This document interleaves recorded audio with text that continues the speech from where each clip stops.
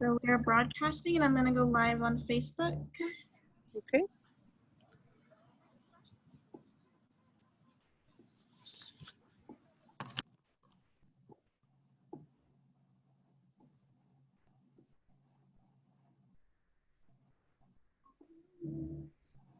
I honestly couldn't figure out how to go live on Facebook the last time I was doing it. I was like, what? Is it connected to Zoom or like just on its own? There's a button that says more, and then that's when you switch it. But I would click it and there wouldn't be an option. And I was Googling it and it was like, this is what you're supposed to do. And I was like, I'm doing all the steps. I don't know what I'm doing wrong. You know, that makes me think, like when we do our coalition webinars, it kind of makes me want to look into that, because we also record our webinars, but we haven't put it on Facebook Live or anything. Yeah, I rely on my tech homies to do it. I can't do it. Same. Oh, I guess we're on Facebook now. Now we're on live on Facebook. That was magical. Nice. Yay. 45 minutes. Couldn't do it. Well, I think Mercury is at a retrograde, so maybe that's why. All right. Well, welcome everybody to our final abolitionist session. This is a cooperation between Decarcerate Utah and Uplift Climate. My name is Mariela, and I am the co-director of Uplift Climate. Wow. I'm the co-director of Uplift Climate. I'm going to start us off just by talking a little bit about Uplift. Uplift is a youth-led, youth-powered organization for climate justice. We are based out of the Colorado Plateau / Greater Southwest, so-called Four Corners region here. I'm coming live to you now from occupied Shoshone territory, so-called Salt Lake City, Utah. And as I mentioned, this is the last part of our What Does Abolition Look Like webinar series. This one specifically talking about abolitionist futures and nourishing our movement. I'm joined today by my incredible comrades here, Glenda, Cesia, and Nadia. I will let y'all introduce yourselves. Whoever wants to go first.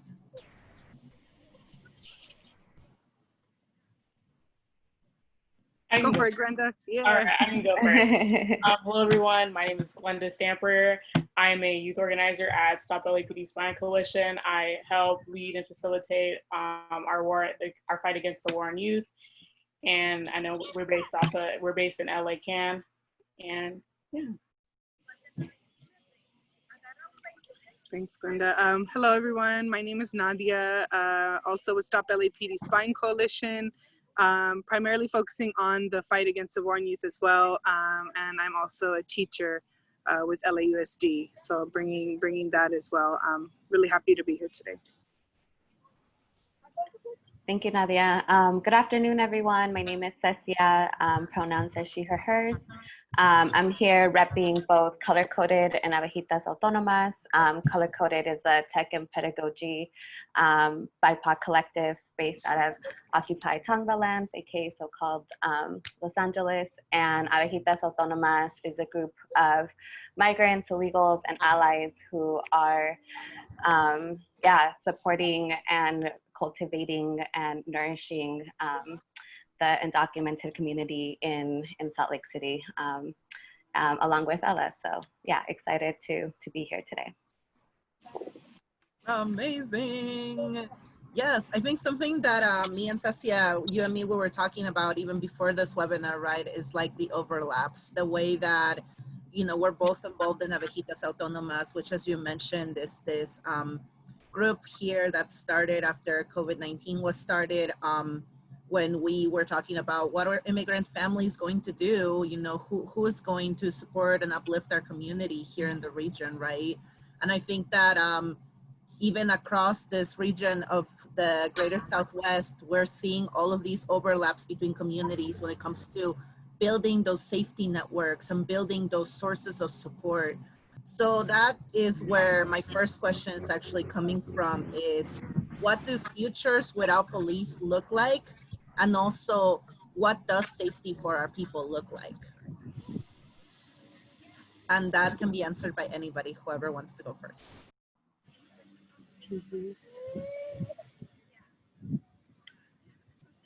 I'm happy to kind of take it. So what do abolitionist futures look like, and what does safety look like? Well, I know for us with Stop LAPD Spying, we are an abolitionist group. For us, and really the community that we work with, reform and trying to alter the system just hasn't worked, because one of the things we say is the systems we live under are flawed by design. And so because they're flawed by design, they are not meant to serve Black folks, Indigenous folks, queer, trans, and really anybody deemed other. And so, so I think for us, that's really the perspective we're coming from. And, you know, when I think of abolitionist future, you know, people always say, well, you know, it's like as if it just can happen, right? Like that. And we know that to really get there, there's a lot of unlearning we have to do, right? There's a lot that we have to look within ourselves. How do we police ourselves? How do we police the folks around us? So it really begins with that.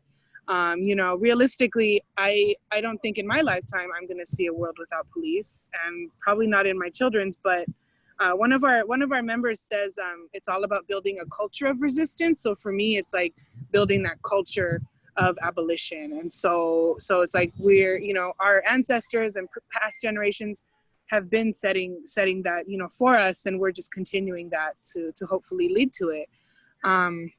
So for me, yeah, abolitionist future is a world without police, where we're policing each other and ourselves. And safety really then, you know, if everyone has their basic needs met, the reality is most of the violence we see, we wouldn't have, right? And I think people think it means that there's no accountability. So I think you know, before police, communities had forms of accountability and still do. And so, so I see, okay, so when there is then intercommunal violence, like, yes, there needs to be something done about harm we do to each other. So yeah, so I think, but safety really begins with having our basic needs met, and, you know, just being allowed to exist and have dignity. Yeah, those are just some of my thoughts. Yes, it reminds me so much of that Allah song, kill a cop every day, kill a cop in your head. Yep. It's like, you gotta kill Yep. a cop in your head. You can't be walking around calling yourself an abolitionist if you're not thinking about those abolitionist futures. Glenda, Cesia, would any of y'all like to join in? I'll jump in there just because I feel like one of the partnerships that I've been engaged with over the last 3 years is Color Coded and Stop LAPD Spying kind of came together to explore art as an abolition technology. So these ideas of killing the cop in your head, of embodying abolition, right? And how do we explore those things, and how do we make it fun? Like, how do we have joy and pleasure as we're doing that, has kind of been like central to our practice together, right? So we're doing it through art, we're doing it through teatro, through music, through telling each other stories. And yeah, just like we live in capitalism, we live in white supremacy, we live in, you know, patriarchy, like settler-colonial logic. And so that means that because we haven't lived outside of colonial worlds, we have all of those systems inside us, right? So as we're doing the abolition work, how do we make sure that it's also our bodies are learning these different ways of being, this alternative way to like take care of each other instead of being policing each other. So yeah, I think like care and love and coming from a place of like joy and laughter and pleasure are, for me, very central to my abolitionist journey and abolitionist futures. That's all very well put, Cecia. Yes, and finding that joy in our revolution, right? Not really thinking of abolitionist futures and being something like, oh, what are we gonna do without cops? But also like just embracing that, like, we're gonna do whatever we want without cops. Let's just say that. Glenda, do you have any thoughts you'd like to add to this? It's still like a heavy question to me, but I'm gonna just keep it short. Like, how do we come together as like community and like community-based like practices? Yeah, that's it. I think, yeah, that's what I have for that question. Yeah, for sure. I think that, yeah, coming together as community is like the biggest part, right? Because, you know, you can say like you're doing the work, but if you're not talking to your homies, you're not talking to your people, are you really doing the work? Yes, totally. It's all community-based, community power. And yeah, and there has to be like a understanding, like not to like snitch on each other. So Yeah, like just basically holding each other accountable. yep. Holding each other accountable, and accountability as a love practice, right? Mm-hmm. Yeah. One of the things that I like telling my homies is abolition is a love language. Abolition is straight up like, if I'm, you know, when I say I'm an abolitionist, what I'm trying to say is I love you enough to want to see, you know, to want to fight for that free future for all of us. That's really what we're doing here. All right. Well, our second question is, can you share more about your work on the police state and on the war on youth? What are you responding to at this moment? And how has the pandemic and rebellions and the uprisings impacted your work? So I know that's a long question, so maybe we can break it up a little bit. So can you share more about your work on the police state and on the war on youth? And I think I saw Nadia, so maybe we'll go in the same order as last. Nadia, then Cesia, then Glenda. Yeah. So Glenda can definitely talk a little more about the war on youth piece, and but in terms of kind of our work in general for Stop LAPD Spying, so yeah, I mean, as the name indicates, Stop LAPD Spying. For us, surveillance is inherently violent. So just by nature of surveilling, you're engaging in violence, and so. But also in addition to that, it's really how does surveillance play out in many ways, right? The harms, the physical harms, the emotional harms that it leads to as well from the state, from the police. And so, you know, and the thing is surveillance is nothing new. A lot of times, you know, with Edward Snowden and all these things that became very like sensationalized, people would think it's video cameras and, you know, technology, which yes, it is, but really we know that since white supremacy hit these lands, surveillance began, right? Of folks, of stealing bodies from Africa, of indigenous folks here. So surveillance has been centuries long here. And so that concept of policing has been there. You know, obviously we know the modern day police has its roots in being the first slave catchers, right? And so you know, and then even LAPD, for example, which is where we're based out of, but we're based out of Skid Row, which is the most concentrated of policing in the country. And so, so really surveillance is 24/7, right? Especially if you're deemed an other, if you are Black, if you're brown, right? And so being a young person. And so, so yeah, so then really with that work, kind of with that work then, what we created this diagram called the stalker state. And I don't know if maybe whenever, you know, can get a chance to pull it up on the screen. But basically, it really talks about how the various ways that we're traced and tracked. And yeah, there's this one. And then on our website, we have a little more colorful one, but this is definitely one as well. And so this basically lays out, so in the middle, you see the LAPD architecture of surveillance, right? And that just looks at all the ways that LAPD engages in surveillance, because we are a grassroots community-based organization. We're not even a nonprofit. And so for us, being local LA is our heart, where we're rooted. But knowing, of course, that this goes much larger, right? This goes international as well. And later, I'm happy to talk about some of those international connections. But really look at this as a connection of how, you know, in the middle we have LAPD. To the right, you see the public sector. So right, schools, hospitals, libraries, social media, transportation, et cetera, how then we're traced and tracked and criminalized through just our existence. We have a project, a fight called Our Data Bodies. And we've just on that note, we've been trying to change it, what we call it. Instead of calling things like project or campaign, we just call them fights, because these are lifelong fights. That's why I corrected myself just now. But yeah, and so with one of our fights is called Our Data Bodies. And what that fight looks at is how every aspect of our lives under the police state, under the surveillance state, is really just boiled down to data points. There's no context. And so when folks get criminalized, when folks are surveilled, incarcerated, even murdered, there's a point that leads to it. And so that fight is really trying to break that down. And then we have one, around predictive policing, right? We have a report, a community-based report called Before the Bullet Hits the Body.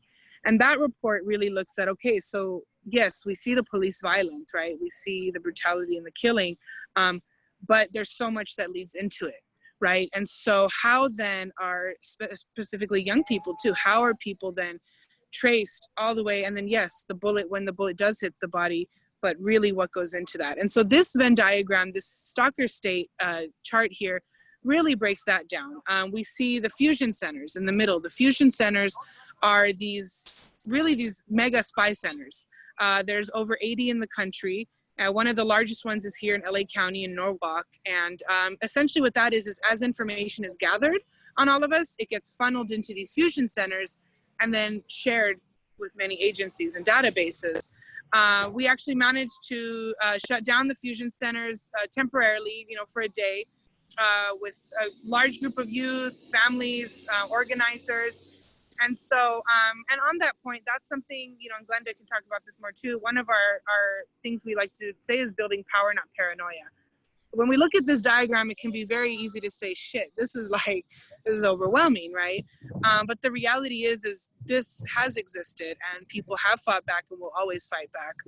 So for us, building power is this webinar we're doing right now, right? Building power is, like you said, Maria, like really talking with your homies. So building power, there's so many ways, right? In the classroom with our kids.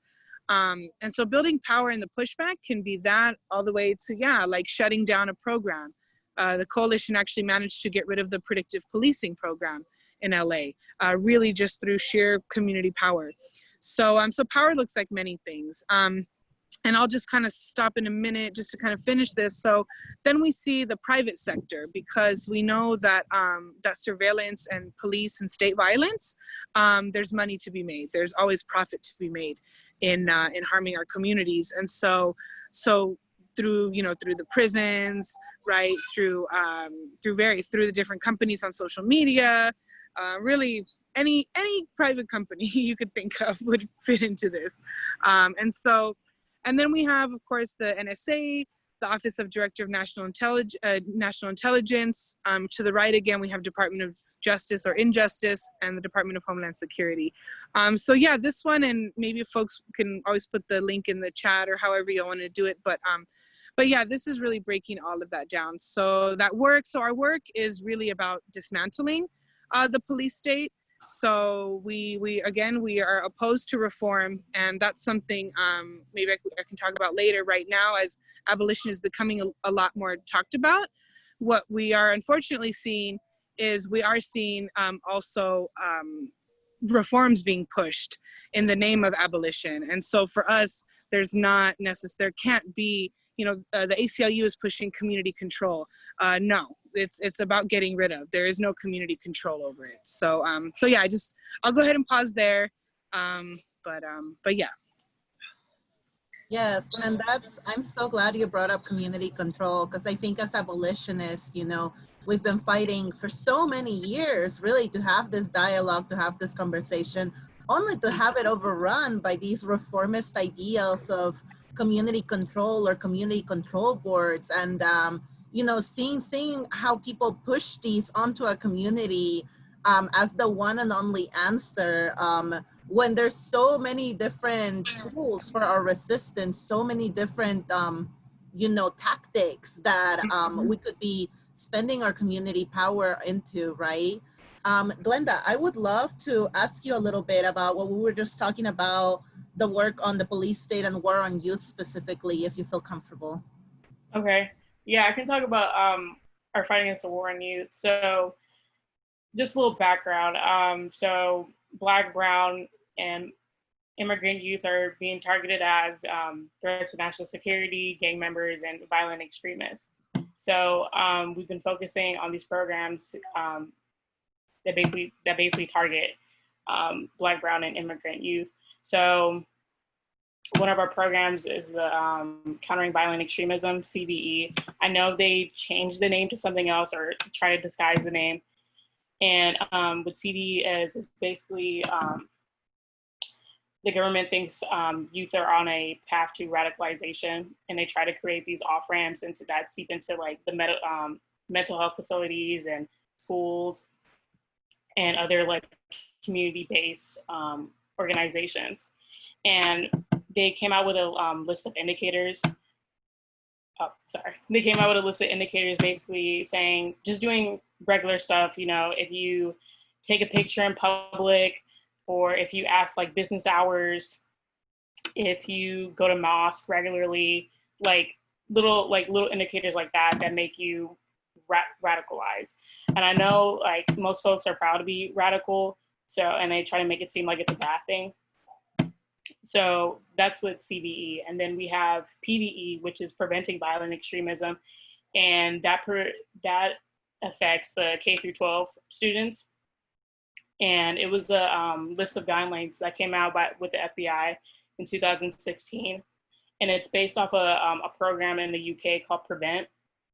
So it makes mandatory reporters, like people who work with children, they have to report these indicators. So like being too much into your culture, being angry or frustrated in schoolwork, speaking out against authority. So these mandated reporters, if they see that, they would have to like report it. So that's PVE. And then we have BIE, which is the Black Identity Extremism Report. And that basically targets Black youth and activists. And it says somewhere in the report that it's like perceived injustice or like perceived racism. And like right now that BE no longer has its designation, but obviously it's still around and they're like just trying to change the name. And I came across another article and it was saying that BIE and like other environmental activists are on the top counter-terrorism like priorities right now. So that's 3 of the programs. And then another one, I don't know if Nadia can explain this more into detail. It's the gang narrative with I think MS-13. Well, that basically what that is, you know, so we know the last few decades, the gang narrative has been used, right? And so, and of course, just shout out to the Youth Justice Coalition for really helping to lead for LAPD to stop participating in the gang database. However, that does not mean they're stopping criminalizing through that narrative and through other databases as well. But what we're seeing now is, particularly after 9/11, and even before then, we were seeing this coming together and this transition of the gang narrative now being seen as violent extremists. So, right, like particularly youth from Central America as well. And so, so just to give you an example, there's a professor in UCLA named Jeff Brantingham, and he is one of the architects too. Really, his research pushed forward the predictive policing program, but he did this presentation where he essentially was calling brown youth in East LA. He had a photograph and he said, these are our domestic terror threat, and comparing them. And then he had a photo of Afghan men, in Afghanistan, and saying this is the international terror threat. There's even programs of soldiers driving around with LAPD around LA before they get sent to go to war, driving around saying, look, this is how we deal with the war here, and now we're sending you there. So these links are very, very explicit. And so this is when, as Glenda mentioned, now young people being treated as threats to national security. So not only now is the gang narrative still present, but it's now leading into and really coming together with this violent extremism, terrorism narrative. Right. And Cesia, I know that we've had some deep conversations about, you as someone who grew up in Salt Lake, but who currently is in community with the LA community, and who has been in community with the LA folks for like several years now, just observing the overlaps in between these increments in policing, right? And also watching how rapidly the police state really is accelerating on our people, right? So I guess I wanted to ask you to share a little bit more about your work with the police state and war on youth, and also maybe what you see on those overlaps from city to city, nation to nation here.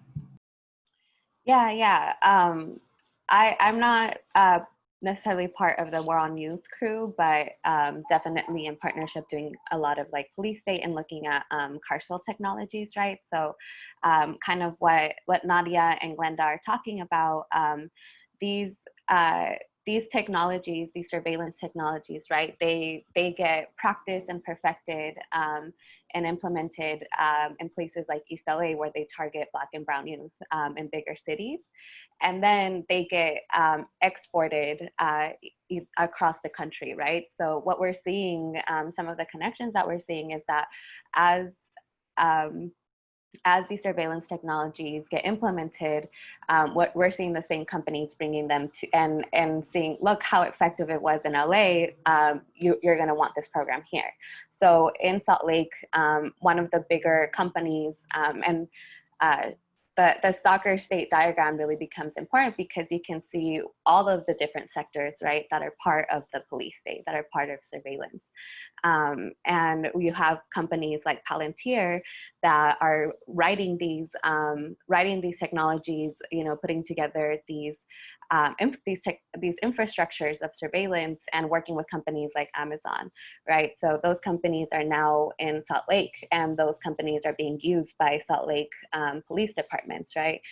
We also know that they're being used by the federal government, by ICE, to surveil and track migrants and accelerate deportation, right? So all of these things are very much connected, and I think knowing how they were implemented, not only how they were implemented in LA, but, you know, shout outs to the work of the coalition and Youth Justice and all these folks who have been dismantling these programs. And so how can, you know, we learn as folks in Salt Lake City or in places where these technologies are newer, how can we learn preventative abolition technology so that they never get you know, fully implemented in places like Salt Lake and these places where they're trying to bring them, right? So I think for me, a lot of the work that I try to do with Color Coded is really about prevention. How do we prevent these structures, further structures of surveillance from being built, so that we don't have to do more work later to dismantling them, right? So community boards would fit along a carceral technology that we'll have to dismantle later on, because it keeps pushing the idea that surveillance is okay as long as it's, you know, done by community members versus, or controlled by community members versus, you know, the state.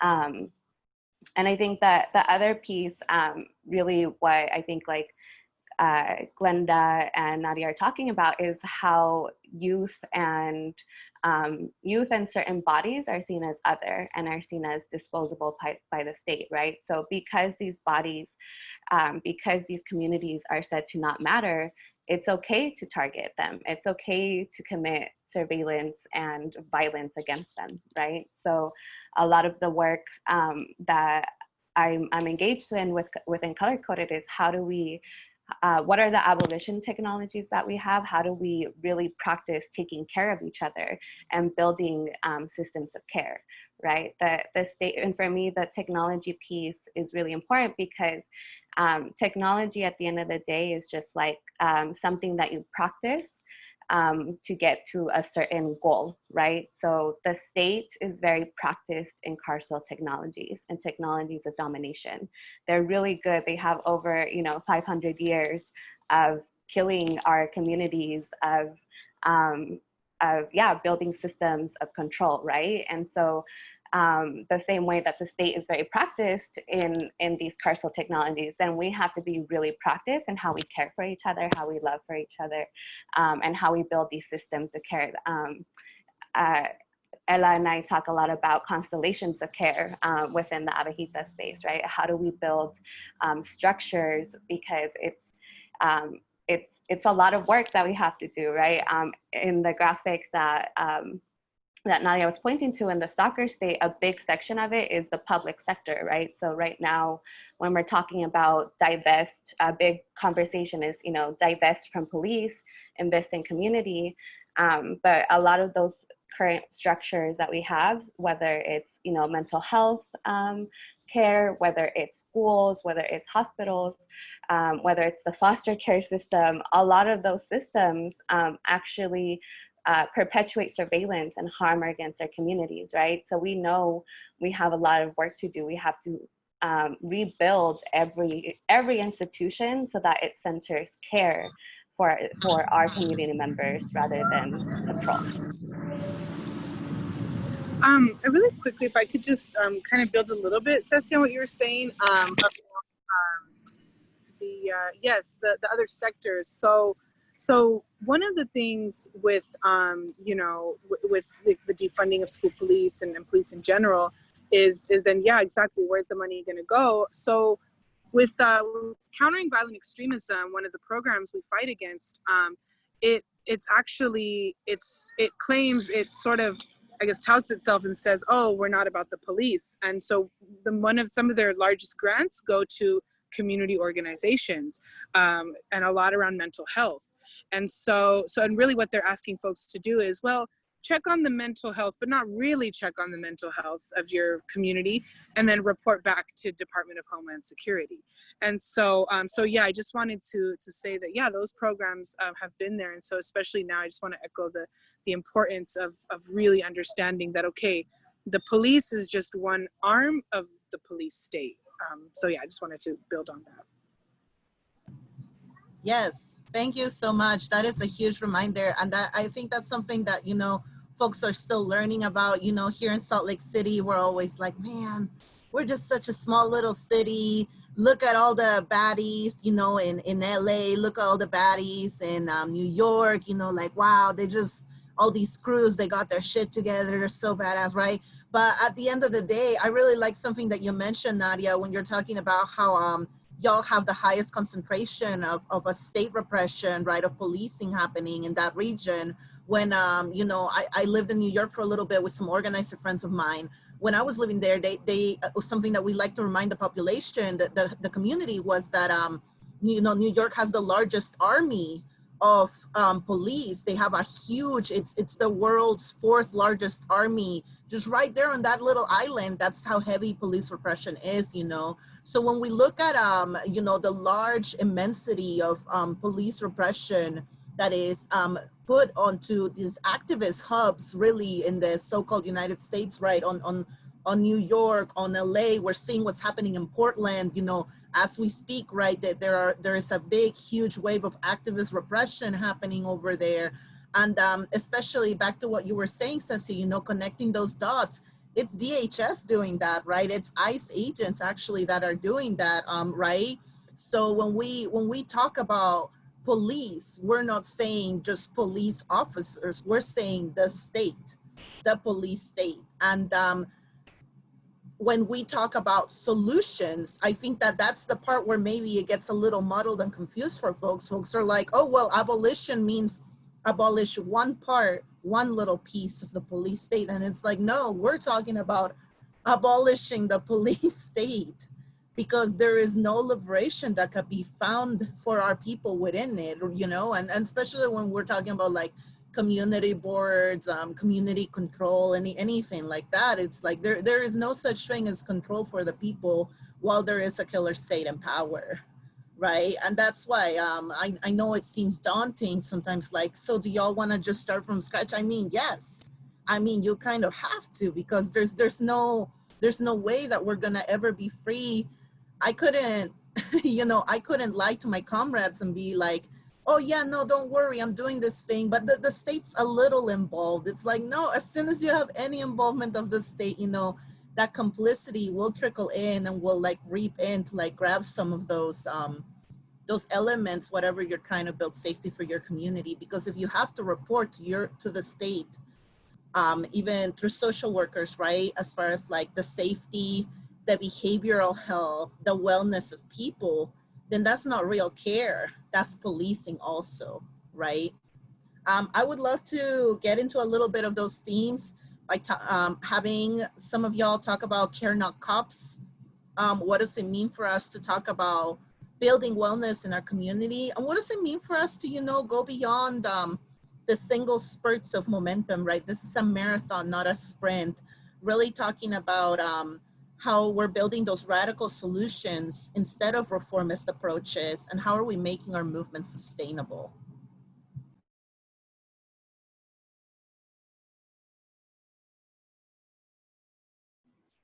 I guess I can jump in. Yeah, that was I'll start, I guess, with the care pieces, right? And nourishing our movements. And I think also when we think, thank you, Ella, for really highlighting how we're thinking about the entire police state, right? And as we're talking about the entire police state, we really mean like this entire world, like like our entire world was you know, folks were able to export and colonize and export their ideas worldwide, right? So we know that a lot of the world logic that we live in is violent by design, because it was made to care for a very specific kind of people. And those people were usually like white, cis, straight, Christian men, wealthy men, right? So we need to create entirely new systems that actually center and care for other folks, right? So I think one thing that we explore through Embody Abolition, our partnership with the coalition, but Embody Abolition built, the second part of that is build many worlds. And that's a shout out to los Zapatistas, right? Like building un mundo donde muchos mundos quepan, meaning like for folks to have like, to live free, for folks to be taken care of, to have all of their needs met, it's not going to be a one size fits all, right? And it can't be coerced by the state. Folks have to consent. That you have to have agency and consent. If you're going to accept care, like care doesn't happen without consent, right? So if you're going to have a world that centers care, consent, accountability, like all of these things are part of the equation, right? So yeah, to build these systems of care, we're gonna have to build many worlds where many different kinds of bodies feel cared for, are taken care of. And when I'm thinking about bodies, I'm not just thinking about, you know, my bodies, but I'm thinking about my collective bodies, folks that I'm in relationship with, folks that are part of my community, folks. I'm also thinking about like the bodies of land and like the bodies of water, the bodies of plants, right? Like we can use, we can use our plant allies to help us and support us and nourish our abolition journeys. So some of the work to ground it, some of the work that we're doing in Color Coded is at the same time that we're studying and really looking at these carceral technologies and how to dismantle them, we're also building abolition technologies. We're also building systems of care. And one way that right now that we're doing that is by trying to build a network of healers so that folks can access mental health in a way that feels comfortable for them, and regardless of whether you have citizenship status or not, right? We know that a lot of I go hard for my, illegal, my undocumented migrant community. And growing up, you don't have access to healthcare, right? And once I did get access to insurance, for example, because we live in a world that only values a certain kind of knowledge, aka Western whiteness knowledge, I wasn't able to access the types of care that most nourish and support my body through my insurance. So I still had to pay out of pocket, right? So how are we building systems of care that actually honor our ancestral lineages and honor our full bodies, our full selves, so that we can be in full dignity? So yeah, that's part of the work that we're exploring and building through Color Coded. Yes, I think a lot of times, folks talk about abolition and forget that abolition is care, right? Abolition is not just about what you're abolishing, what you're unearthing, but also what you're planting in the place of it, right? Glenda, would you like to contribute by talking a little bit about abolition and systems of care?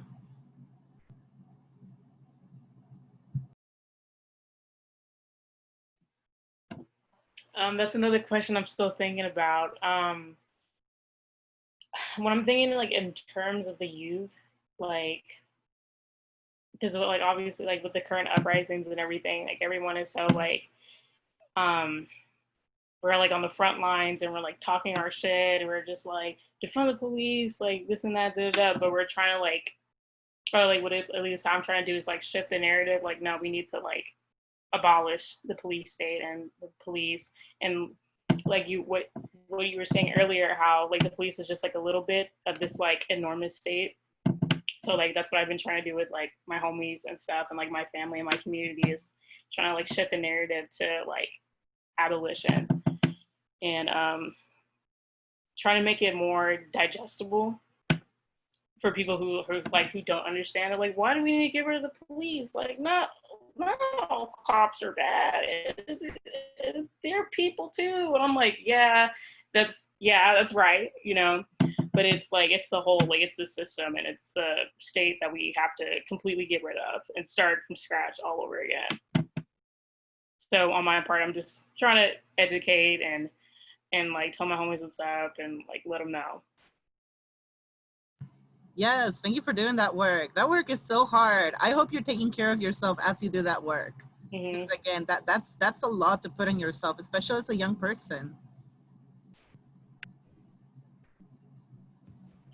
Yeah, Glenda's a warrior, but yeah, I've been knowing her for years now. Yeah, you know, I think just building on what you're saying, Glenda, you know, it is hard work, and it's like, so then how do we shift the narrative, right? And I think that's part of the care piece is, you know, like you said, Maria, like caring for ourselves to see how do we like take care of our health, because that is work. And also caring for our loved ones to say, hey, you know what, like I want this narrative shift to happen for me, for you, right? Because for a lot of our loved ones, like they are like, it's coming from their own experiences too. We all come from our experiences. So it's like, how do we have that care? And this is something we actually, in a workshop last year that Glenda and I did with some high school students, we didn't get to dive as much into, but we talked about canceling culture, right? And how, you know, like, yes, of course, like racism, transphobia, sexism, all that shit needs to be called out, like anti-Blackness, everything. But then how then does canceling culture then actually end up being used against folks deemed other, right? Or against people that maybe are our loved ones that, hey, you know what, maybe just some work needs to be done, right? And so, so I think that's also what care looks like. So yeah, so thank you for lifting that, Glenda. And something that you had brought up too earlier around, Mariela, around the overseeing bodies, right? And so when I see the overseeing, like the police commissions, right, or different supposedly community, you know, I guess control or commission over policing, the police, different entities, you know, it's interesting because part of our fight is to go against the police commission. So we call it LEPC fails.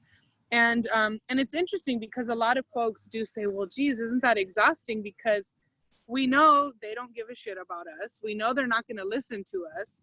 And so then why do we even go there? Well, we go there for many reasons. One, we have to keep an eye on them. We know in what our communities are going through. But what we don't know, what we need to keep figuring out is how then, what are the programs? What is the next program? What is the next thing coming? And so that's one reason we go. Another reason we go is to meet up with our peoples, to be like, hey, what's up? Let's build together. And then the third reason is, speaking of care, is it's kind of therapeutic to be able to yell at the chief of police or, you know, shut down the police commission meeting and really just disrupt them. There's an elder in the community, and I remember he said, you know what? They come into my neighborhood and make us feel uncomfortable all the time. So it feels really good to go into their home and make them really just uncomfortable. So it's like, these are these moments we just find, you know, of I guess the radical joy and care and everything. And so yeah, I think to me, that's also what care can look like, in addition to what Cecia and Glenda were saying. I was just doing an arts workshop the other day, and I was showing them this banner that we dropped during Pride that said, Stonewall was a riot, queer liberation, no rainbow capitalism. And I was telling the youth how we dropped that banner, and the mayor of Salt Lake City was there looking all uncomfortable as some of the people, you know, some of the young people that we brought with us started chanting, "Fuck the police." And I was telling them about this other mural that I had done the week before in Park City, and how the Park City mayor and I were arguing. And I was like, I feel like at this point it's just cathartic. You know, you argue with mayors, and you're just kind of like, you know, you got to argue with those people, and you got to, like, you know, tell them what's up, because if you're not doing it, you know, like, who's going to do it? Who's going to put them in that uncomfortable place? And I think that that's like a big part of like abolitionist conversations, right? It's like you're challenging the norm. You're pushing that. You're saying, no, this is not what we want. And especially when they try to use that reformist, you know, liberal language of like, but we were elected by the people, but we're here representing who's the people? Am I not the people? Last they checked, I'm also a person, right? Cesia, I would love for you to jump in this conversation with your thoughts.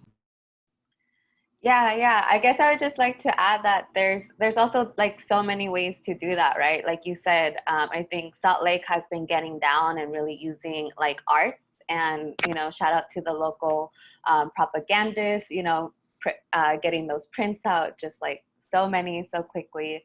And the coalition has a long history of using like arts and different practices, cultural practices, to kind of call out the state. At the police commissions, right, that Nadia is talking about, I've seen folks do performance art pieces. Like, it doesn't just look like yelling, it looks like there's many different ways to make the state uncomfortable, right? And sometimes it's creative, and sometimes performance is involved, sometimes theater is involved, right? And also, like, how can we embody like that world that we want to see? Like, how can we embody it as we're doing these actions, as we're calling out the state, right? So one of the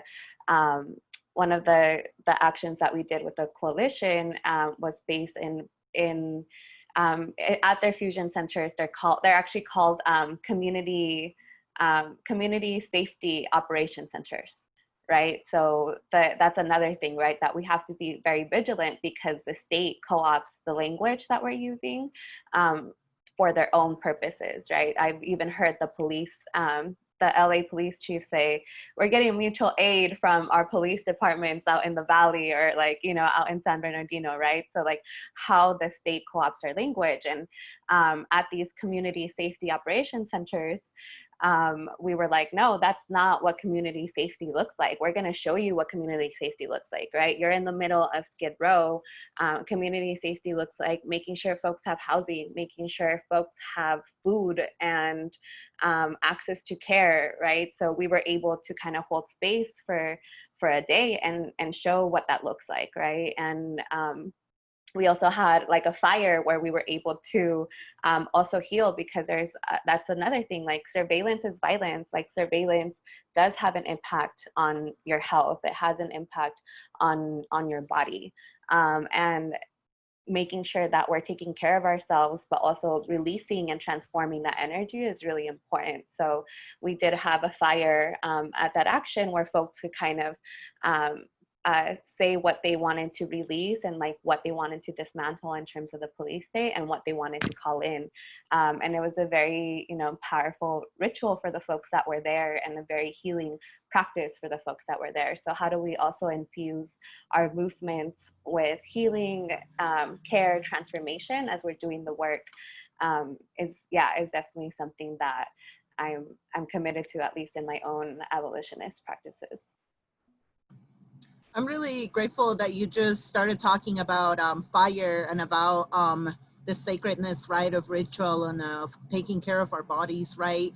I want to uplift some of the work right now. We talked a little bit about this in a separate session of the folks at Cheran, right, where they decided to start forming these fire barricades, these fogatas, to use them not just as security checkpoints to keep the police state out of their own community as they started their own uprisings and pushing the state out of their community. They actually used fire as a very practical use by forming fire barricades, but also as meeting points where the elders, the women, they would say, meet me at the fire, meet me at the fogata. And that's where they would have their security meetings, their checkpoints, and eventually establish, like, this is the person in charge of this fogata, this is the person in charge of this fogata, right? Another really intentional thing that I think that the indigenous folks did at Cheran was because they had only, they had already been building with the model of asambleas populares before the 40 years that they were under the police state, right? There was still memory in the community that they were like, oh, we've done this before. We know what it's like to have an autonomous, self-governing body instead of an outsider state body policing, surveilling, looking at us, right? And so there's a big overlap there of, at least for me, of indigenous technologies versus state settler colonial technologies, right? And what does it look like for us to connect the dots on that? Because not only is abolition love, but also abolition is a cry for resistance. And straight up you're saying, like, especially as indigenous folks, indigenous descendant folks, we're just straight up saying, like, no, you will not. No, you will not. My ancestors fought so hard to get me here, to get this body into existence. For me to say that the answer is to become one of you, to join you, no, hell no. Yeah. And I just want to add to that, because I think like that's what was really, really dope to see, like, with the rebellion popping off in Minneapolis, like folks forget, like those, the folks who did that took over a police station for 18 days, like 6 years ago, right? So they had been building and politicizing, talking to their neighbors, talking to their homies, talking to their parents, so that when the moment came, like the community was ready, the community responded, right? We also shout out to the folks in Oakland who defunded and are dismantling school police. That those folks were building relationships with each other for 10 years. That's a 10-year fight, right? So like, I think, yeah, really centering that, it's like, who are you doing it with? Who are you doing this for? Like, who are you doing this with? And making sure that you're building and centering those relationships, because yeah, like these are long-term fights, these are long-term struggles, and to make it sustainable, we have to be, in relationship with each other, caring for each other, having those meeting spaces, having those fire circles. Yes, and looking at the sacredness of the work, right? Like just straight up like owning that and like feeling that. Glenda, would you like to contribute by talking a little bit about that?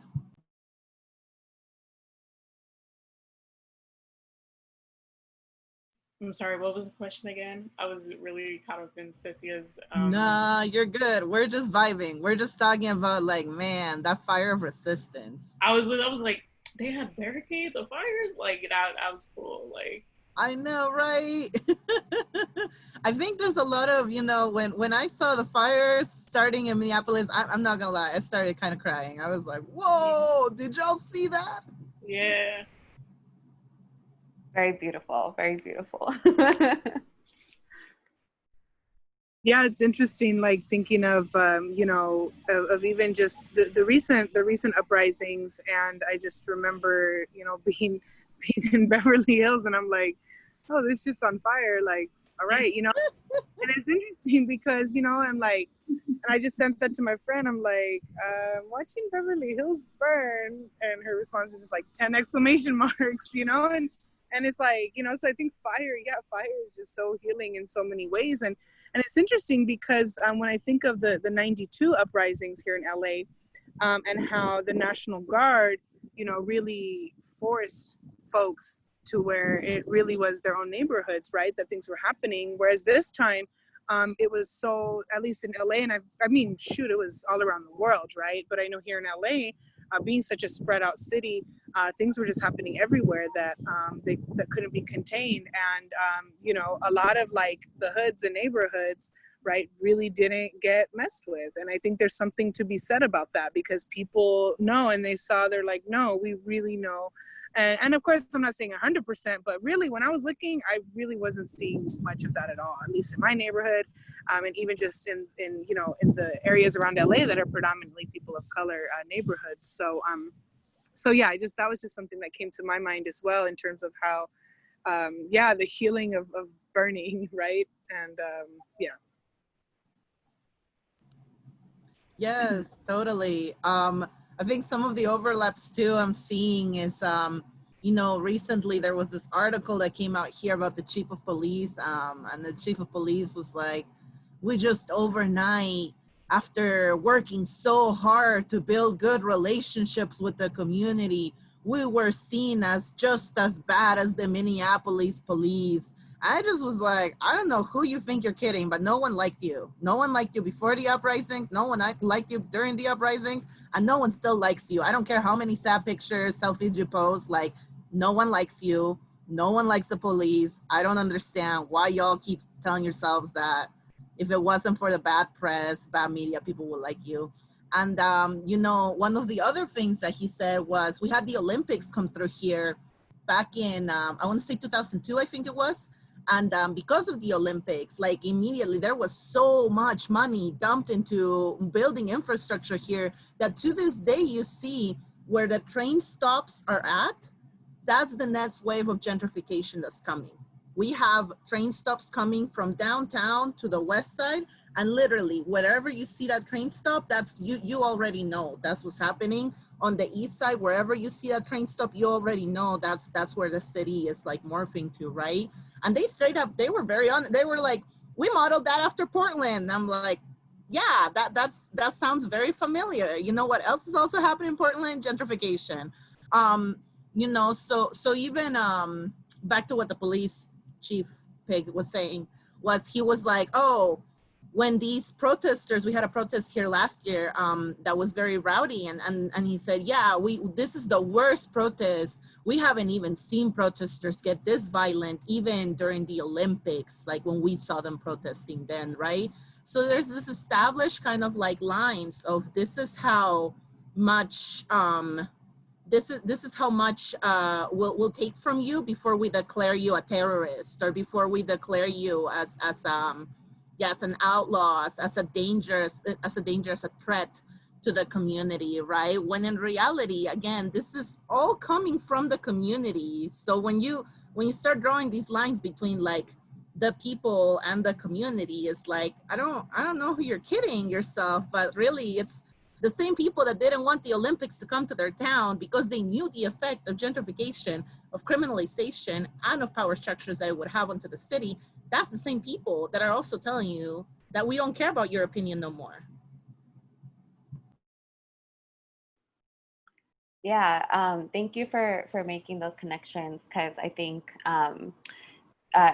some of what we have seen is, like surveillance is connected, the state is connected, right? So as gentrification has been, it's not a new thing, right? But as we saw it really take off in places, for example, like LA, the first thing that happens is surveillance increases, right? And programs like gang injunctions started popping up, right? And that's to remove people from these neighborhoods that are getting policed, right? And then what happens to those folks? Like, they have to go somewhere, right? So I think like that's one big thing that I have definitely see happening in Salt Lake City, where in Utah and Salt Lake City, you're getting a lot of folks who have gotten displaced from places like California, from places like LA. And as they're coming in, we're seeing a rise of rents happening in Salt Lake, which then, is doing displacement for the longstanding community there. So the same way that the state is connected and surveillance is connected, like the impacts that it has in our communities are connected. So I think one of the things that, one of the reasons why I'm on this panel and I'm doing this work is to make those connections of that the state doesn't, borders don't exist for the state, right? Like these, these corporations, these systems of surveillance cross borders all the time. Borders don't exist for corporations, they exist for people, for specific bodies, right? So I think thinking about that piece and how those things are brought home to Salt Lake City is definitely important to kind of study and pay attention to those patterns. If I can really quickly build on that too, in terms of thinking, right, of gentrification, and one of the things, so LAPD, for example, is now shifting into what they're calling, so the community dismantled predictive policing, knowing, of course, there's going to be something else. So now they're, talking about data-driven, evidence-based policing, precision policing. And one of the things which existed under predictive policing and is being continued is location-based. And so they're claiming that, so sure, you all are saying it's racist that we're targeting certain people. Well, how about we just target places? Well, hello, like I'm sure in Salt Lake City, right? Like what the neighborhoods that are under-resourced by the state intentionally, right, to harm us, we know it is Black and brown folks. So it's like, place-based, location-based policing is just as, if not more, racist, right? Because it's sort of under this guise of not being racist. And it was interesting, we did this this mapping project, one of the students, of looking at really finding hotspots, right? So hotspots are these areas the LAPD declared were, zones of high crime and different data. And so, so we thought, okay, and of course then meaning they send more police. And so when we, through different Public Records Act requests, which for folks who maybe don't know, that's the national is the Freedom of Information Act, right? And so that PRA, Public Records Act request, is California's version of that, which essentially is, of course we know the law isn't made for us, but it's really the legal way for us to get certain information that the state doesn't want to voluntarily share. And so in filing some of those Public Records Act, we found that that really these hotspots, which we thought were going to be in, in Skid Row, for example, or in a lot of very heavily policed areas, what we saw was actually what we call a digital redlining. So it was all on the outskirts of Skid Row, which is some of the fastest gentrifying parts of Los Angeles, right? And so that's where these hotspots were declared, right? And so because they said, well, no, we already policed the shit out of Skid Row, so now it's about containing, right? So 50 plus years ago, you had redlining through actually drawing districts out, right, of mapping. Now it's done digitally through these hotspots as well. So that's just one way. And so yeah, that was just something, and I think to the other point around how things get exported. And this is why, I'm really glad we're having this conversation too, is because then, LAPD is a model department in terms of the programs, in terms of, it tests its programs on the people every day. And so then, and of course, being in the top 2 murderous departments in the country for years now. And so we know that that a lot of the violence and the technology that exists here gets exported also to other parts of the country. And then internationally as well. And maybe just really quick, just to mention, so like, for example, so Israel and India are some of the biggest partners of LAPD.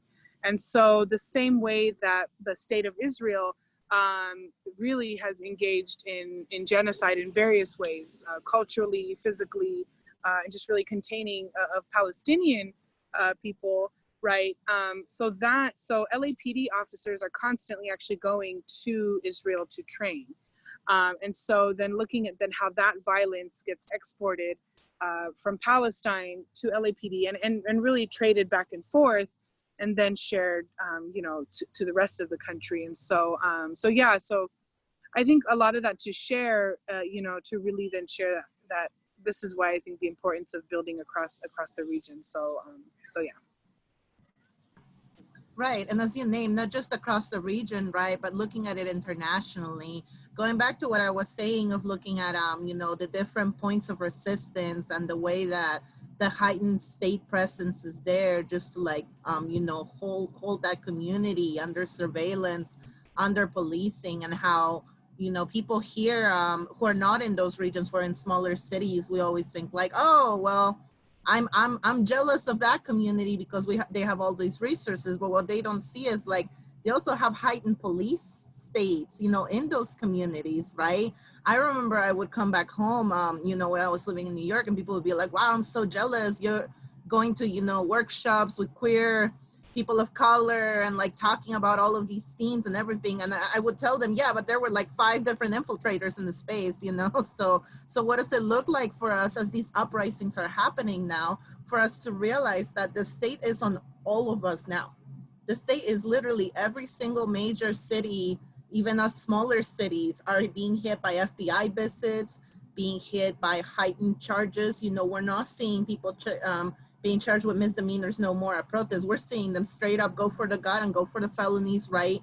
And when we're seeing this heightened state of alarm, this heightened state of policing, right, happening, not even just nationally, right, but internationally, what does it mean building that international solidarity, that global solidarity with each other, right?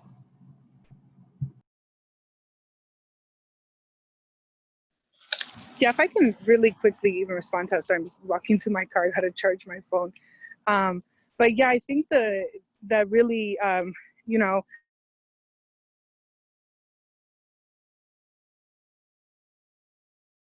we have to talk about it in the context of really looking at how Palestinian folks have been and continue to be targeted.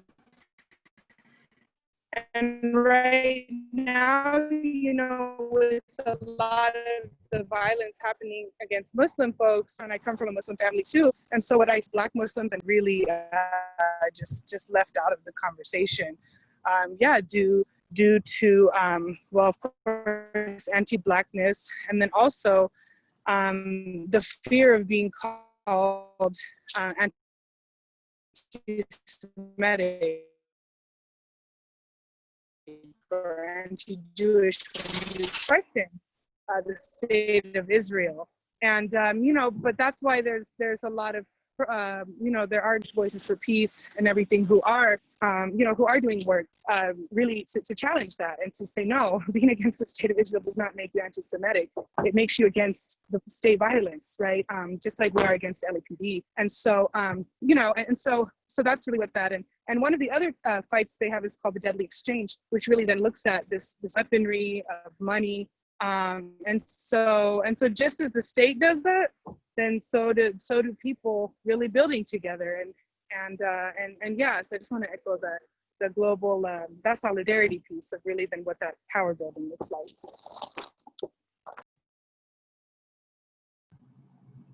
Yes. All right, well, y'all, I think we're transitioning a little bit into maybe our last question here. Just because we've been touching on so many of the different questions, just kind of being all over the place. So this coalition, in particular to you, Nadia, has been in the work for a long time. Do you have any tips or advice on making this work sustainable for folks starting their own abolitionist journeys?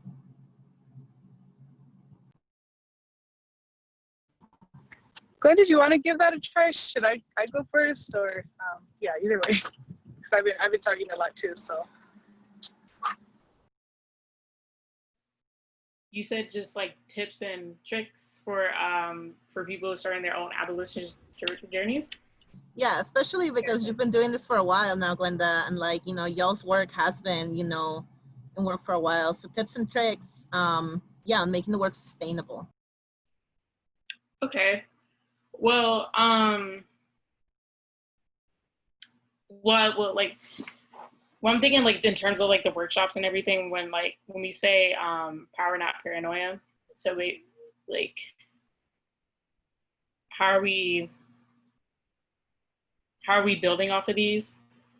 Like how are we building off of this? And I'm trying to think, it's not coming to me. But like I kind of said before, like how to make it digestible, how to make it applicable and relatable. just like trying to point out like key fact, like in schools, like trying to point out key factors, like, oh, like you see like your administration, and then how are they handling things? Like, do you have police on your campus? So it's just kind of like breaking it down to make it like relatable to that person. And like I'm still on my abolitionist journey. So I'm trying to like keep like educating myself and educating others and like being open to learning. And I think that's just the main part, being open to learning. Like you can't like you said, it's a journey. Like you can't like, I'm an abolish right now, like, but it's just a journey, and we have to be like open to expanding our knowledge. Could I ask you a follow-up question to that? I guess I'm curious, like, what keeps you in the work, Glenda? Because you have, like, the coalition has, I think, like, over 10 years, was established, like, over 10 years ago. I know that you've been in the work for a while, so I guess I'm curious, like, to, like, what keeps you doing the work? What keeps me doing the work? I feel like I just, like, I have to do it. Like, it's not something that like inspires me. It's something that, like I have to do for like my community and like for myself. And like how are we gonna see change? And how are we gonna actually see stuff happen? Because I feel like with the youth, sometimes some things like turn into a trend. And like, how do we make this trend like continue, like how do we like normalize it, and how do we make this like our reality? So I just feel like this is like stuff that I have to do for like my community.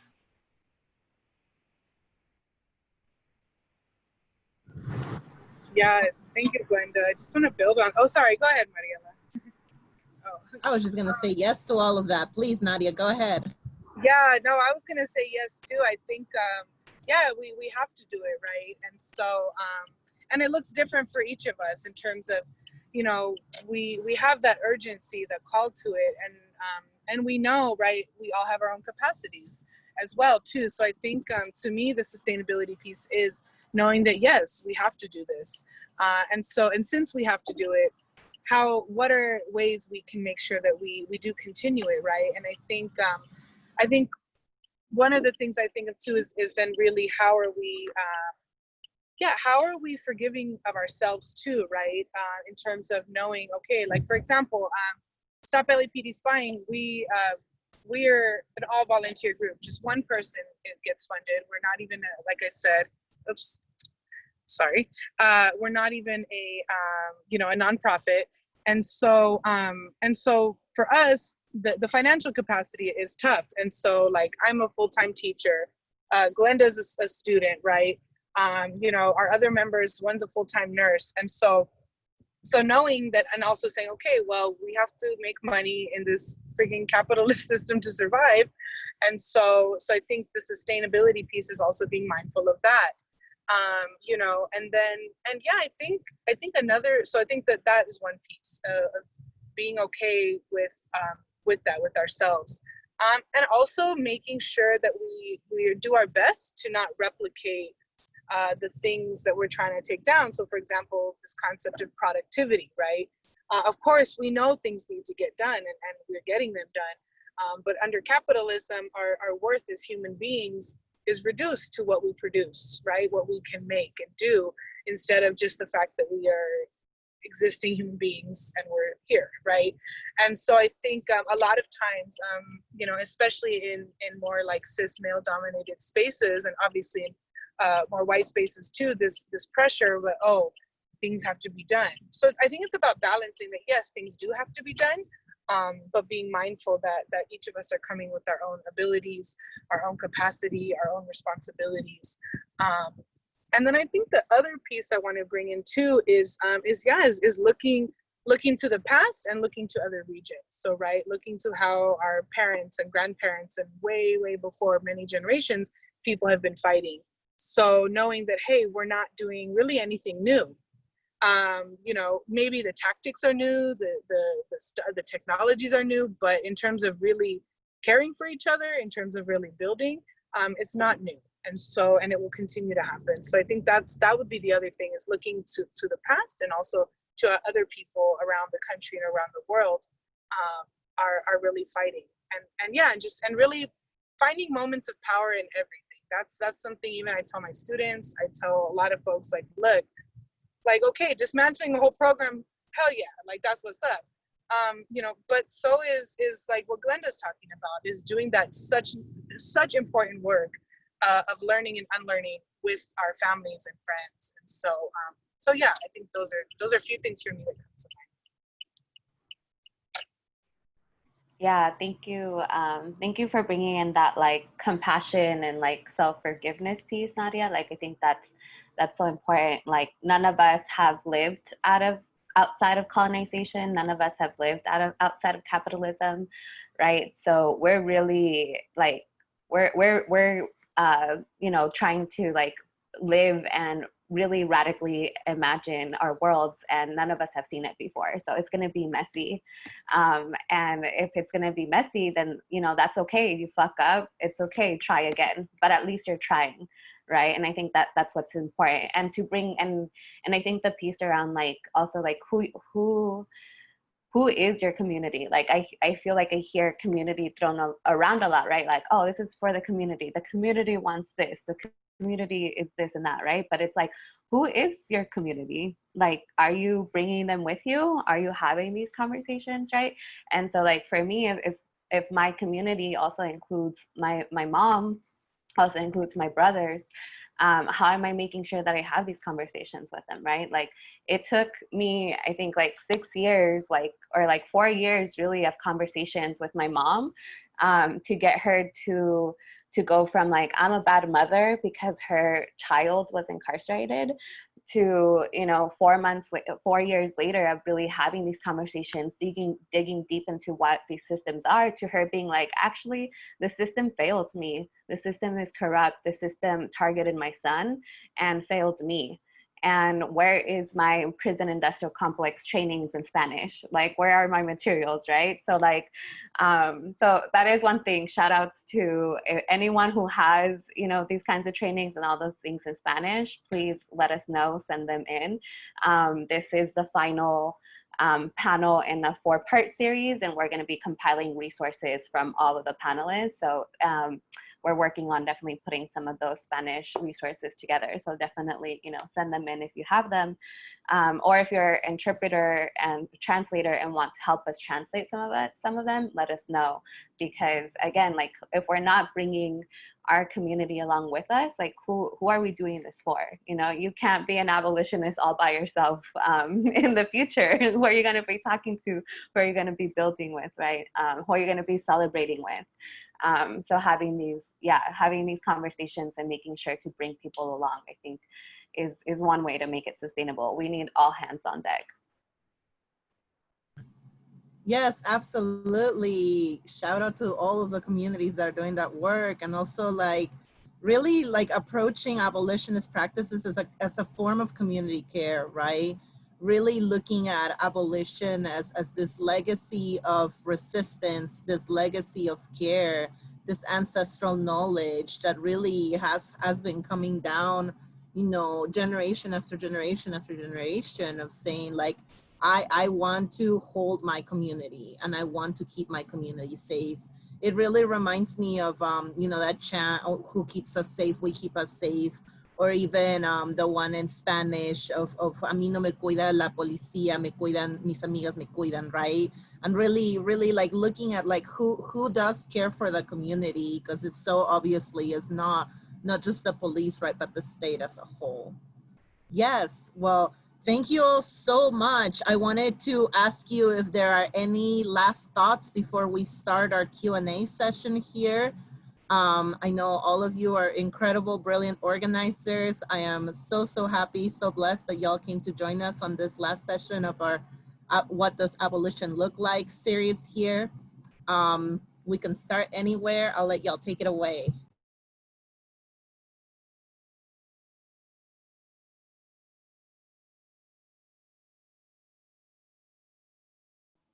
I guess I can get it. I'll go. Okay, go for it. Go for it, Cesia. I guess I was just gonna say, yeah, just reiterating that there's a role for everyone, right? So find your role. Like the front lines doesn't always mean that you're on the streets, you know, with the bullhorn. Like the front lines can be from your bed if that's what you're able to do, if that is what feels more comfortable to your body, right? So I think like there's no matter where you are, like we said, we have a whole new world and many new worlds to build. So no matter where your positionality is, like Nadia said, you know, she's a teacher, Glenda's a student. Color Coded is also not a nonprofit. I don't get, it's a volunteer run organization, right? I have many roles within my community, but this is one way that I can participate in our movement for liberation, right? And as you're finding your role, no matter where you are, also making sure that you're replaceable. You know, like if the group or collective that you're a part of falls apart once you're gone, then I see that like, oh, I didn't do a good job. I didn't do a good job of training folks, of sharing those skills, of sharing the resources so that it's sustainable and the work can sustain itself regardless of whether I am there or not. So I think that yeah, it's a marathon, you know, find your role in it and be replaceable. Those would be like, yeah, I guess final thoughts for now. Yeah, all of the above. I agree with all of that, Cesia. I think the finding the role piece is really crucial because yes, in terms of what gets sort of put out there more, and you know, of course we have to take the streets. But yeah, that isn't the only thing and the only way. And so I just really want to echo that. And then Glenda, you said something earlier that really stuck with me too, around abolition being a journey. So I think really reminding ourselves of that yeah, in this in our lifetime, I don't think we're gonna see it happen, right? But that doesn't mean it's not happening, and that doesn't mean it hasn't been happening and will happen, right? So how are we, as one of our members is building a culture of resistance, and yeah, and then I think the continuing of knowledge sharing, and I think is very important right now, especially with folks not being able to be out and about as much or really gather physically. So wanted to just take the opportunity to invite folks every Tuesday night at 6 p.m. Are you're all on still Pacific time, right? Or is it? I think so. Mountain. Oh, Mountain time. My bad. Okay, I wasn't sure. Well, 6 p.m. Pacific time. We do webinars and meetings since COVID and since the uprising. So we're relating the police state and the fight against the police state to you know, to COVID and to also to the uprisings. And so so I wanted to invite folks every Tuesday night while we're doing that. And so at 6 p.m. and yeah, you can get more information on our social media, which is Stop LAPD Spying. So so yeah, looking forward to any Q&A and hopefully we can, you know, maybe do something. I know this is the last of the 4, but we'd really love to see what more we can build together.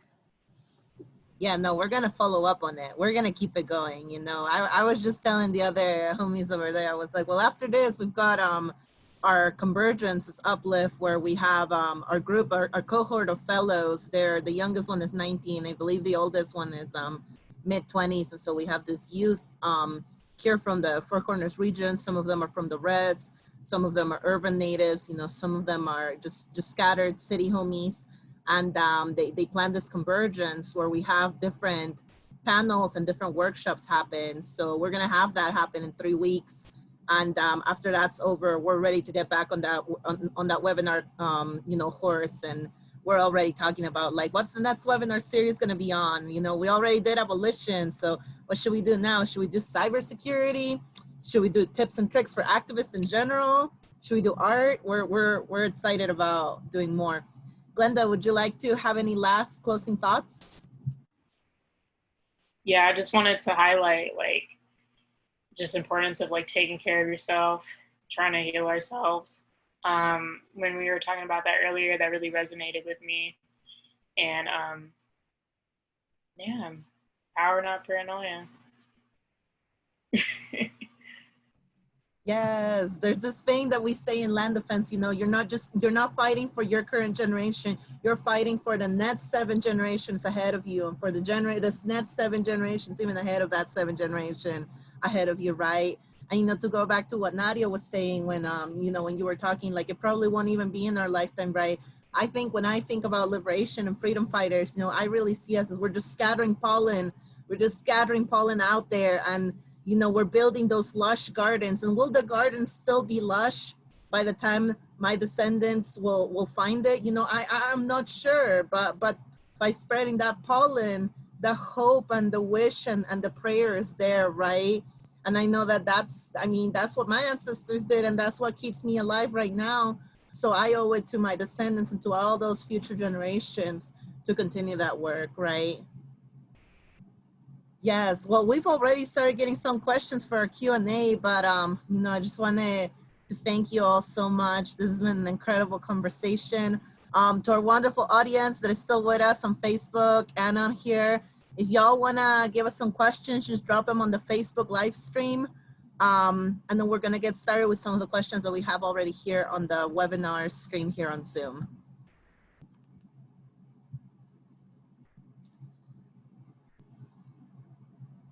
So we have one of the questions is for Nadia specifically to talk more about the international aspect of surveillance.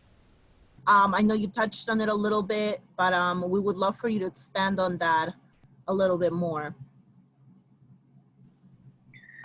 Yeah, well, you know, yeah, thanks for that question. And yeah, I feel like we could definitely do a webinar just on that, right?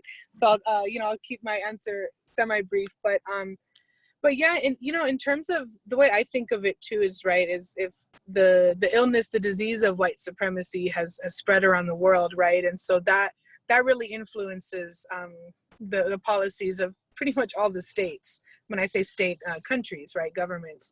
I know, so I did mention Israel and India, also England as well. England, a lot of the technologies and the strategies from there also get exported to the US. So Glenda started talking about it. So PREVENT, for example, it's a lot farther ahead than, for example, PVE, preventing violent extremism. And earlier somebody, I think might have been Cesia, had mentioned the preventative piece that y'all are taking in Salt Lake City.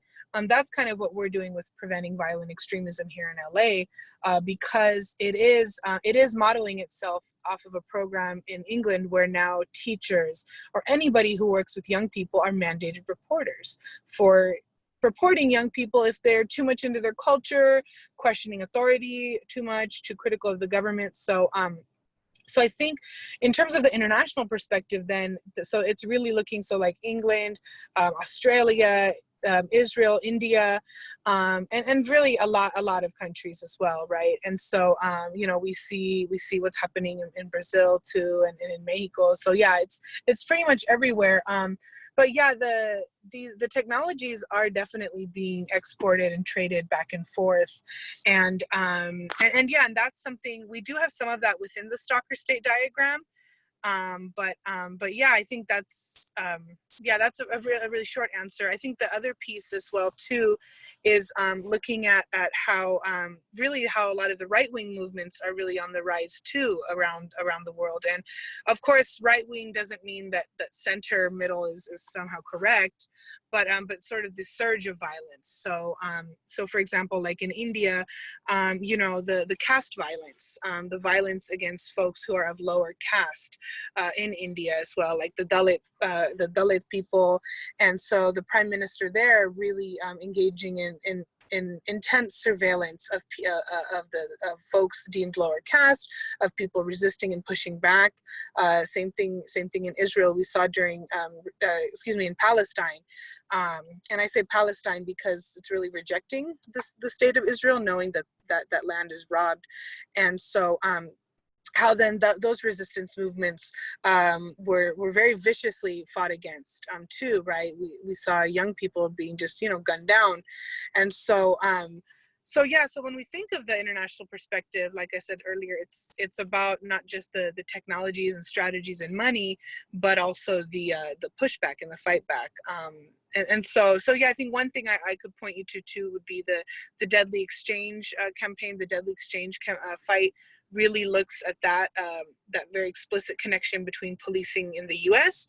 as well as overseas, as in Palestine too. So yeah, I think those are, hopefully that helps answer a little bit of the question. And and also I would also point you to a Palestinian youth movement.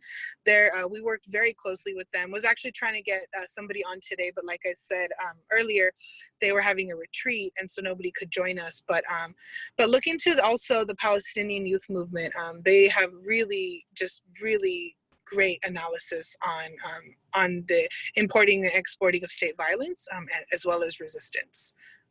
And yeah, so I'll probably just pause there for now. Thank you so much. No, that was such a very incredible, thorough answer. My next question is actually for Glenda. Someone asked about when you were talking about talking to your family and your friends about abolition, what strategies have you used to make that conversation more accessible? Oh, okay. I'm trying to think. So like with my so I mostly talked about like my dad about the work I do. He's very like old school. Like every time I go to LA Camp for like these meetings when we were going out, he was like, "Oh, she's just going down to bust down the police commission or like protest or something." So I would just like explain to him like, "Hey, this is what we're actually doing. Like." We're trying to, take down this whole police state. And he was like, "You guys are not going to do that?" And I was like, "I know, Dad, like, but we're trying." So just like talking to him like about the work like I'm doing and like letting him know that's like it's important, and not every day we're busting down the police commission. Like it would be cool if you were doing that, but we're not doing that every day. And with my friends, like for a long time, like when I first started getting into the work, I was just like, yeah, like, like there's these programs and they're doing this and this and that, like surveillance is real. And they're just like, "Oh, Glenda is being political and this and that, da, da, da." So like now with like the whole Black Lives Matter movement, like everyone is starting to get like in touch and like starting to like open and be willing to learn about like what's going on. And that's where I swoop in and I'm like, yeah, abolition. It's not even defund the police. We gotta get rid of it, like get rid of the whole thing, like burn it down and start all over again. And just like been trying to like connect with like people at my school. I'm a part of a support group and it's a bunch of it's young Black women. And like I talk about like the coalition all the time, and yeah, I mean, it's just willing to like have that conversation more than it could be a teaching moment, but like I approach it as like really just a conversation. And that's my community. Yes, absolutely. And I guess a final question I'm seeing for the panelists is, how do you embody abolition every day? And that's for any panelist.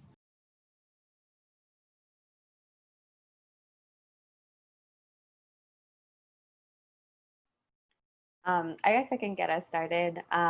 Yeah, I think I like this question, especially because I feel like Ella and the panelists last week did a really good job of like, I'm putting butter on my toast, but as an abolitionist, I'm going to the store to buy some plants, but like as an abolitionist, right? So I guess for me, it's really like, how do you live into that world that you want to see every day, right? And so like, if part of that world is where folks are being taken care of and people have their basic needs met, then how am I making sure that I'm taking care of myself and making sure that my basic needs are met, first of all, right? Like sometimes as folks who feel a lot of urgency in this work, it always feels like there's a lot of work to do. Sometimes we forget to take care of ourselves in that process, right? But it's like, no, if we're trying to live in a world where all of our basic needs are met and we're thriving, then I better make sure that I'm drinking enough water today, that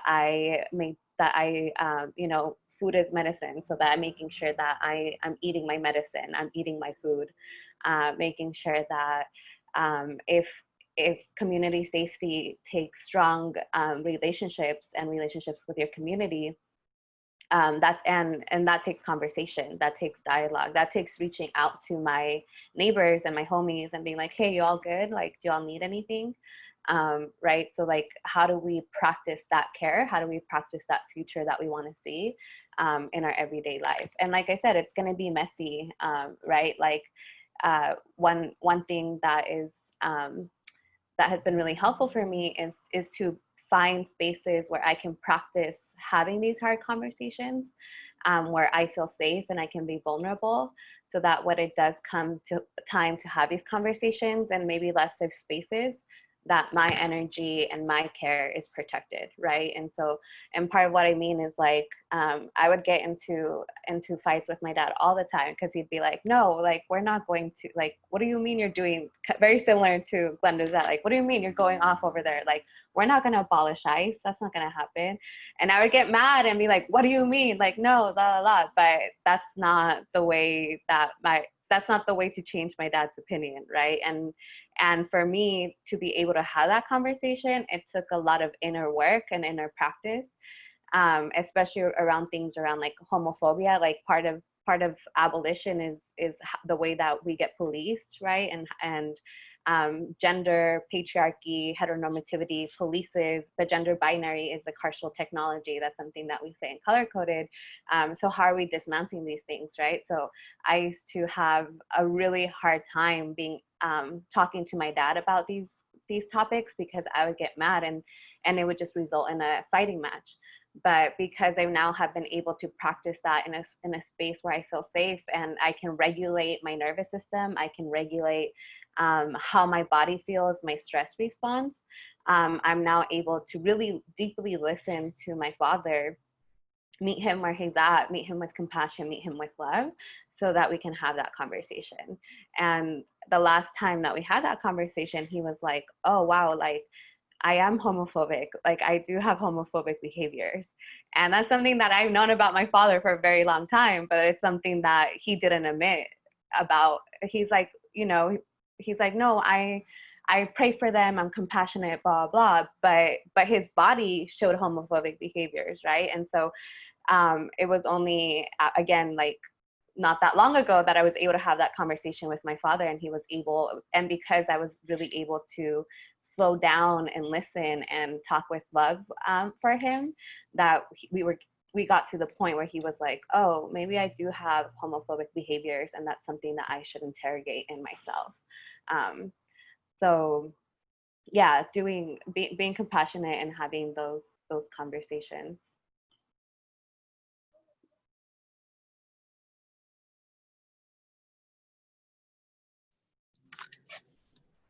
You're gonna go next, Glenda, or I'm down either way? Yeah, I can go next. Go for it. Something that I don't know, like, I feel like really it's just, yeah, it basically is just the community. Because I wanted to bring up, like, in my like apartment building, and like some of the houses next door to like the left of us and the right of us, like, we all have an understanding, like, we do not call the police, do not, you know, we will get in disputes or whatever, and then, like, you know, some neighbors might be arguing, but it's like we don't ever like call the police. And like we just have that, we kind of just like have that bond, like, you know, like we're on the same wavelength basically. And just like I remember, like, if any of us like needs help, like if my dad like if he's like falling outside, like I'm just like, you know, I need help to pick him up, and then like the other neighbors will come outside to pick him up, and it's like 10 of us trying to pick this man up, and it's like, it's just stuff like that. Like, it's like we're like, we just have to like build that understanding of, you know, like we can all like help each other. And yeah. Yeah, I'm really echoing what all of y'all are saying, and I think building on that, Glenda, I think embodying abolition is any moment we can either make the state, the police irrelevant, like they don't even exist. Any moment, I think that's embodying abolition. Any moment we can reject it. Any moment we can, make it irrelevant and think of something else, right? And I think, the calling of the police and that's a tricky situation. And that's where I also think not shaming each other comes in, right? So knowing that, hey, if somebody, so right, here's the thing. It's like, I think two things. Sorry, I'm having like a few thoughts at once. But one is like, okay, so somebody calling the police because of an inconvenience or because they're feeling really in danger, I think that's something to differentiate, right, too. Now, if they're calling them because they feel a real fear or whatever, I'm not going to shame them. I would use it, like Glenda said, as a conversation. So, right, so maybe after that moment, it's like, okay, well, maybe what else could have happened? Could we have done something else? Maybe not. And so I think also the not shaming piece, and that's something I don't call the police. I think the one time I did as a teenager, they didn't help me. And so after that, I was like, you know what, fuck them. Like, they're not going to help me. And I've only seen them do more harm to my community than good. So, but I have had these conversations with folks too. So I think also just knowing to not shame, but really the conversational piece, because I think shame really comes a lot with the state of us feeling ashamed of ourselves, feeling shame for each other, instead of really learning moments. So I think that's also embodying abolition as well. And then that's where the learning and unlearning piece comes. I've always not liked the police, but yet, when I was like 16, 17 years old, I did call them, and it was more like, you know what? Yeah, this is exactly why I don't like them. This is why, so it was a learning moment then for me later to go, I'm not going to call them again. So I think that the forgiving piece of ourselves, but also being willing to be like, you know what? Damn, like that was super like non-abolitionist of me. Like, how can I learn from that? So it's kind of that balance of checking yourself, but forgiving yourself, checking your loved ones, forgiving them. So I think it's this constant also like back and forth as well. So trying to find that balance the best way possible. Yeah, especially because we are living in a surveillance state, right? Like we are living in the state. So, as abolitionists, I really like to remind myself, like we have existed, before the state, and we will continue to exist. Like we will continue to fight. To be an abolitionist really is, to be a descendant of people that looked at this alien infrastructure trying to be built onto these stolen lands and saying, no, that's not, I don't agree with that, right? So to continue to fight to live outside of that, but it's hard to do that when it exists everywhere, right? So I think being kind and compassionate to ourselves as we are having these conversations, being soft, being tender. I always like to remind myself, like, soft like the wind, but also strong like the wind, right? Suave como el viento, pero también dándole esa fuerza, right? Well, y'all, this is amazing. I am so grateful for all of y'all, all of the energy, passion, goodness that you brought to these conversations. I just want to say thank you to all of you again. Shout out to Decarcerate Utah for bringing, together, here partnering with us at Uplift Climate to make these conversations happen. I want everybody to have a beautiful rest of your day, a beautiful afternoon. And yes, thank you so much for being part of these What Does Abolition Look Like webinar series. Thank you so much for inviting us as well and moderating this. Thank you. Yeah, it was lovely to share space today. Yay. Bye, y'all. Bye.